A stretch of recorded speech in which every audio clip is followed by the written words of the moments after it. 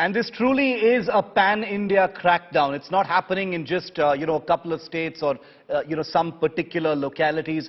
It's happening across states. And remember, it's the second such series of raids that have been taking place.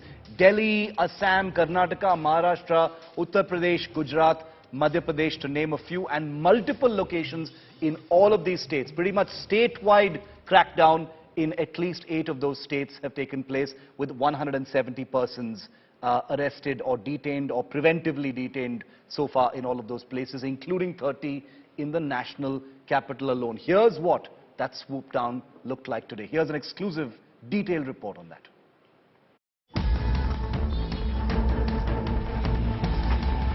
At least 8 states, over 170 arrests. Another mega anti-Popular Front of India crackdown. Operation Midnight 2.0 in full swing across the country.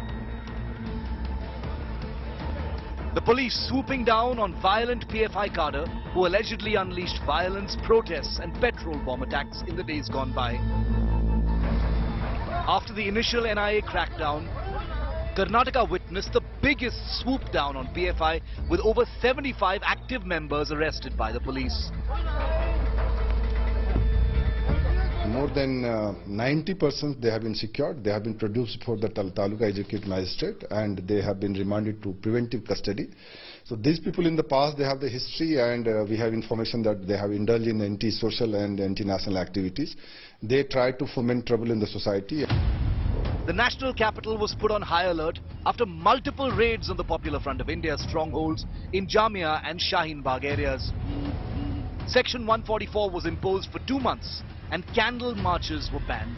Jamia University students were warned against troublemongering.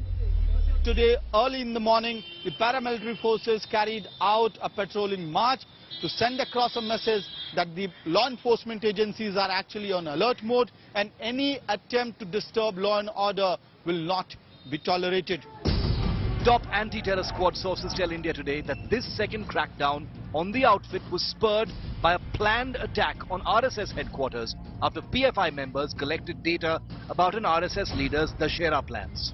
Not just that, sources say that top BJP leaders have been identified as targets by the outfit. The Popular Front of India released a poster of all its arrested top leaders, claiming a witch hunt against them by the centre.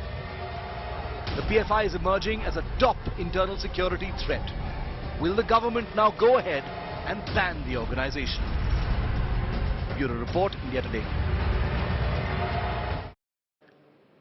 Amit, given that this is the second time such a, large-scale nationwide set of raids is taking place, how long is this going to continue for? What's the end game? The ban might happen in a few days from now, but how long are these raids going to continue for, Amit?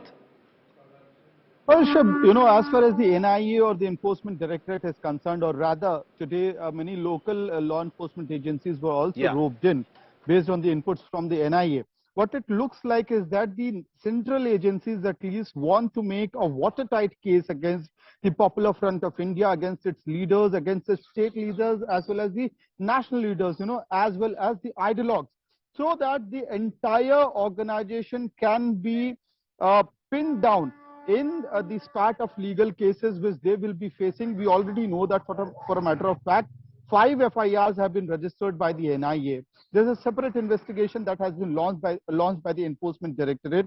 And now what we are seeing is that in order to break the backbone of the PFI, even the ATS units of different states have been roped in. For instance, Uttar Pradesh, you have UP ATS taking up the case. In Delhi today, Delhi Police Special Cell had taken up the case on the basis of the NIA input.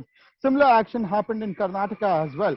So what it looks like, Shiv, is that making sure that the backbone of the PFI and its ideology can be broken through these spat of series of legal cases, and the cases must be made watertight so that when it reaches the trial mode, then the agencies have the upper hand and the PFI leaders are not able to face those charges in the court of law.